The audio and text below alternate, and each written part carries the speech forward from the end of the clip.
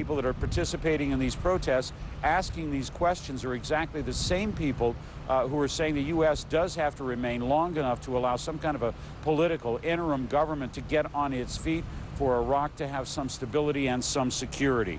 Meantime, an important arrest, a man on the 55 most wanted list of the U.S., Hizmat al-Azawi, the former finance minister, also the deputy prime minister, a man said to know about the finances of the former regime and possibly where billions of dollars were hidden away in foreign bank accounts or here in Iraq. Now, he was arrested not by U.S. forces, but by Baghdad police, and the U.S. Marine, who is the liaison between the U.S. and the Baghdad police, Major Mark Stainbrook, had these comments about the arrest. Basically, the senior arresting officer said that a tip had come in from a citizen that they had seen the Deputy Prime Minister walking in a neighborhood. They went to investigate, checked the house nearby. I'm not sure if he was associated with the house previously or not. Knocked on the door and he answered. He was the only one there. There was no other family. It was not his house, and he gave no resistance. It may, though, be a show of confidence to the Baghdad police that they were issued AK-47 assault rifles today. The AK-47s can be used not only for the defense of the policemen themselves, but also for enforcement against looters who, after all, are very well armed indeed. The police force saying that it wants to operate without the air of politics. It wants to protect and serve, more or less, in Iraq and reclaim the image of the police that was tarnished so badly under the regime of President Saddam Hussein. Still, there's a process of culling out any officers that are believed to have taken part in torture or other crimes during the former regime in order to instill more confidence in the public in that police force and make them more effective. On a Baghdad street, a man can't quite believe what he has seen. A popular restaurant with something new on the menu. Without having to look over their shoulders, customers watch a news broadcast from another country on satellite TV. Television wasn't banned in Iraq under Saddam Hussein, as long as it broadcast only what he wanted people to see. This was illegal. In a city starved for facts and feasting on rumour, it is what people crave, information. I feel happy and free. We can have satellite now. Before, when Saddam was in power, it was illegal. Karim Al-Rubai owns this restaurant and now proudly displays what he used to hide. I had to keep his secret, hidden away from anyone who might see the receiver or the dish. And if it was seen, I would have been found guilty of a crime according to Saddam Hussein's regime and Ba'ath Party. Karim's brother Mohammed has become quite the entrepreneur. Instead of watching satellite TV, he's selling the receivers, smuggled in from the north, but soon to be brought in the front door, rather than from the back of a truck. $300 for a receiver, and they are selling. Yes, I sell now. What if you had tried to sell this 1 month ago? About 1 month ago, not. I can't go. I can't speak. I have satellite. I can't speak. People speak often about a return to normality here in Baghdad, but legal satellite television is not normal. It is something entirely new. You seem very happy about satellite TV. Yeah, I think so. I think so. I think it's very heavy. Michael Holmes, CNN, Baghdad. A brass band gave a send-off to dignitaries, soldiers and reporters. The train turned back after going 30 kilometers for security reasons. The British military says it's still too risky for the train to go all the way to Basra. An officer said he hopes it can carry food and water to Basra by the end of next week. Many aid agencies are delaying sending supplies to the southern Iraqi city until the city is declared safe. Missing in action, Iraqi soldier Adnan Abbas. His mother, Nihaya Salman, talked to him just 2 days before the war began. Since then, nothing. Adnan was a conscript in a front-line combat unit, the Magawir company that clashed with US forces about 120 miles southeast of here, the city of An-Najaf. An Iraqi officer who was wounded but escaped sent word that Adnan and his fellow soldiers surrendered and were taken prisoner. As Nihaya fixes food for her other 4 children, she has a hard time choking back the tears. As his mother, I have pain in my heart. This is my son, and I don't want to lose him, she says. I want him beside me. Just imagine the feelings of a mother who's lost her son. Red Crescent officials here in An-Najaf say at least 125 families have so far reported husbands and sons missing. Coalition forces have taken several thousand Iraqis as prisoners of war. Now hostilities are over, those families are wondering when their loved ones will be free to come home. On his day's leave from the army, Adnan worked here in downtown An-Najaf. He's a skillful silversmith and used the extra income on top of his $2 per month army pay to support his family.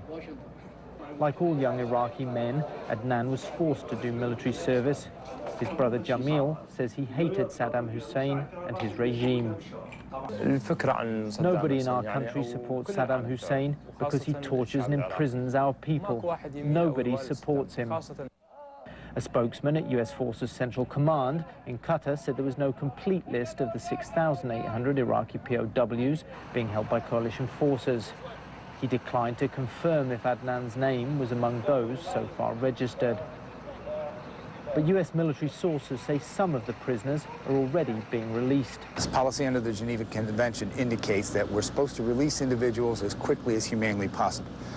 Frequently, that normally means at the end of hostilities.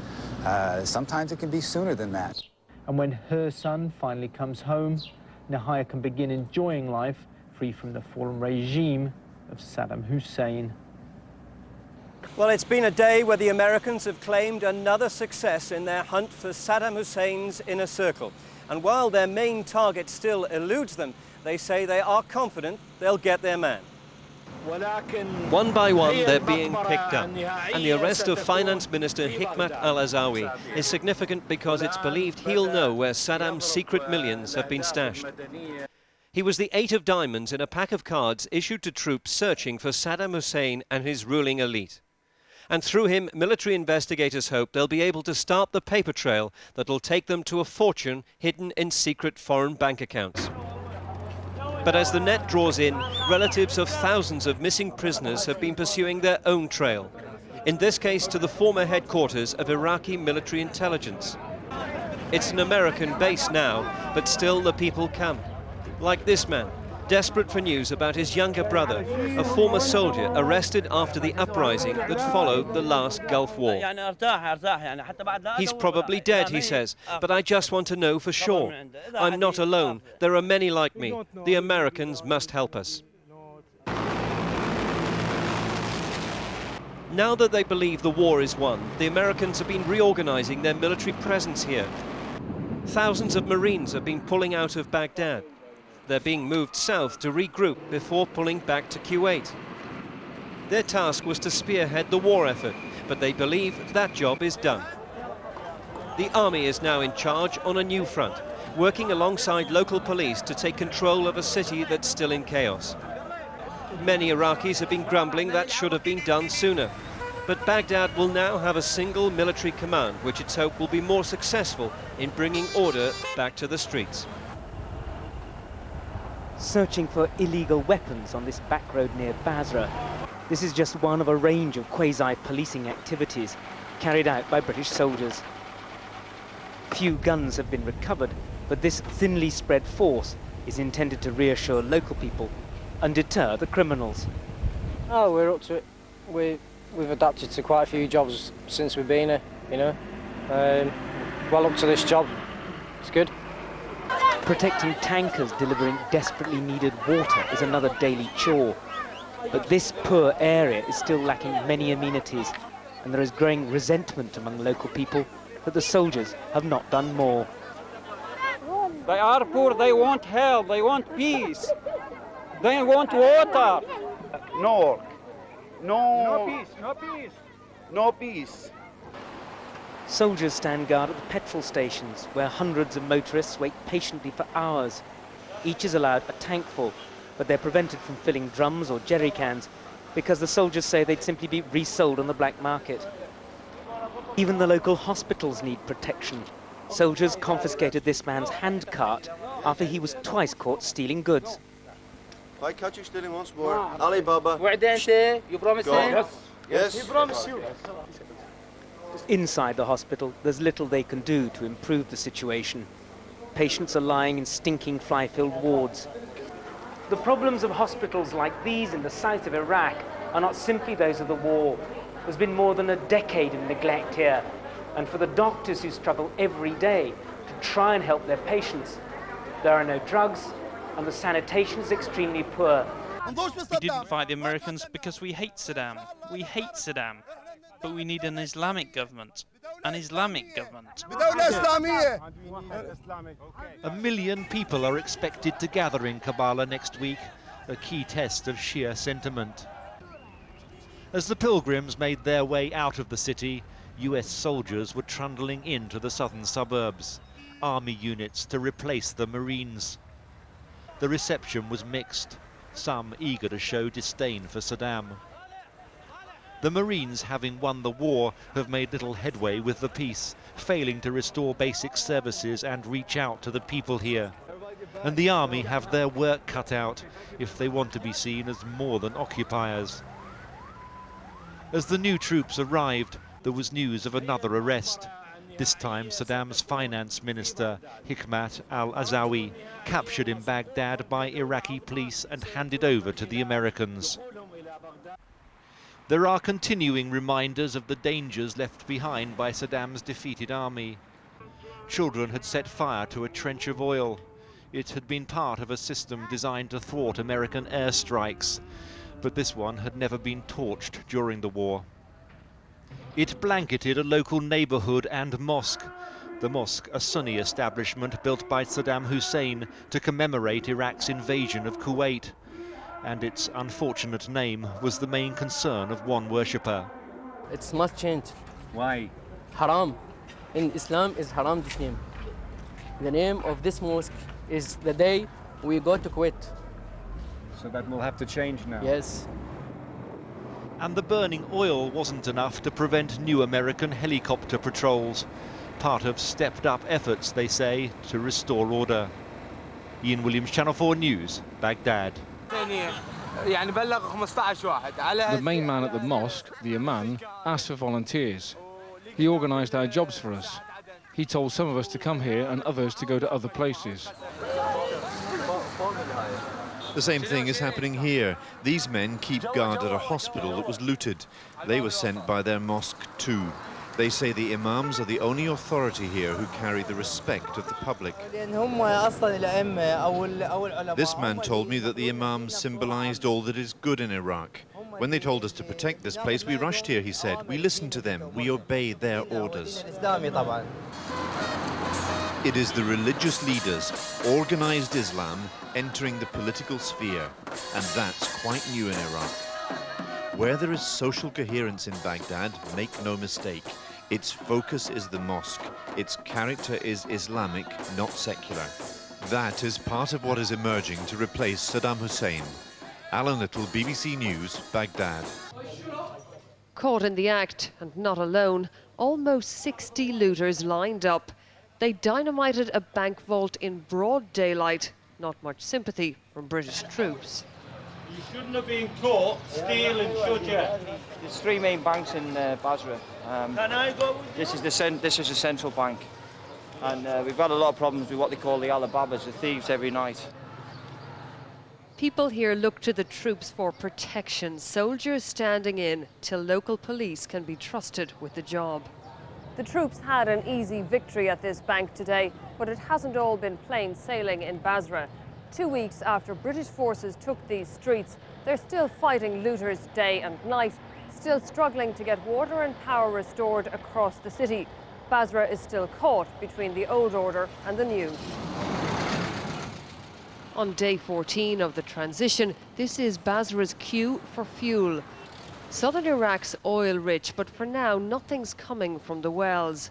That'll change within 2 months, the coalition says. Among the people here, we've found gratitude and impatience. Khalif Abdelkader shows me the stagnant water his family of 13 has to drink. I don't want Saddam back, he says, but you said there'd be a good life here. Where is it? Troops are distributing water every day, and the army says most homes now have water in the taps. People here still struggling, but there's a sense the city is finding its feet. Orla Guerin, BBC News, Basra. Well, I look behind me, and although there is a curfew supposedly in place at dusk, I see a lot more Iraqi cars more or less pushing the envelope. If you can see them, I don't think you can behind me. Once in a while a headlight, but that was something that wasn't seen just a couple of days ago. I think a lot of Iraqis testing the waters, going out, venturing out at night perhaps for the first time since the war came to a conclusion, at least here in Baghdad. On the streets today in this city, there was chaos at a lot of street corners as thousands and thousands of people turned out. And it appeared at times that civilians were manning the checkpoints. Now, it's not immediately clear whether at least some of these people, like this gentleman here, weren't police who were picking up the duties and just stepping out in civilian clothes. But obviously, at various times, there was a need for somebody to get out and direct traffic because so many people are coming out now, venturing out, a sure sign that things are getting better. We also saw a lot more shops open today, a lot more people on the streets just sitting, cleaning up, trying to repair some of the damage done by looters over the past 5 days, 7. In hospital, Saddam's name has now gone, but by all accounts, the rebellion here began long before the war was over. Doctors and nurses say they secretly defied senior Iraqi military leaders and Ba'ath Party officials who were using this building as a temporary headquarters to care for an American private who for more than a week lay close to death. But Jessica was kept in this room here? Was kept in this room at the first few days. Ahmed Musin was one of the doctors who treated Jessica Lynch. He says at all times she was surrounded by Iraqi soldiers. She suffered from them, largely. She suffered from them. They beat her, he said, and they would try to stop the doctors from checking on Jessica more than twice a day. But Dr. Ahmed says they smuggled in extra medicine, as well as oranges, biscuits and milk from their own limited supplies. At one time, me and Dr. Ahmed carry our biscuit for Jessica, and we don't eat it, and I carry it for Jessica, and we assure her, and we assist her, support her psychologically, and medical treatment. Saad Ab al-Razak is the administrator here. He says when Jessica arrived from an Iraqi military hospital, she was in shock. Her blood pressure low. They gave her plasma and 2 blood transfusions. He says she was covered by little more than a sheet, so he gave her clothes from his wife. She had no family in Iraq, and we felt we were her family, and so we would visit her often, sometimes with my children. The doctors here insist that Jessica Lynch received the best possible medical attention, even better, they say, than local Iraqis. When I asked them why, they told me it was their duty as doctors as well as Muslims. Under the teachings of Islam, they say, prisoners of war should be cared for and treated well. But also, it seems, by keeping Jessica alive, the staff was making their own defiant stand against Saddam Hussein. Always I spoke with her and told her the American military is close to Nasiriyah and will arrive soon. On a moonless night more than 2 weeks ago, he was right. Special forces stormed the hospital in a rescue straight from the pages of a Hollywood script. But the doctors say the Iraqi military and other officials had fled at least 10 hours earlier. In fact, they say early that morning they tried to take Jessica to an American checkpoint, but say the ambulance was shot at, the driver turned back. Inside, they showed me doors which had been blown open with plastic explosives and the phone exchange cables cut. It still hasn't been repaired. She was found in this room. And as for the mysterious Muhammad, the lawyer who walked 6 miles to an American checkpoint to tip off the Marines. I don't know anything for you. So when we live here, don't hear anything about this story. Only from the radio. On the second or third day, we had this story. So maybe two, maybe false. US officials say Mohammed is safe and being closely watched for his own protection. Most people here believe if he does really exist, by now he must surely be living the good life somewhere in America. John Vors, CNN, Nasiriyah.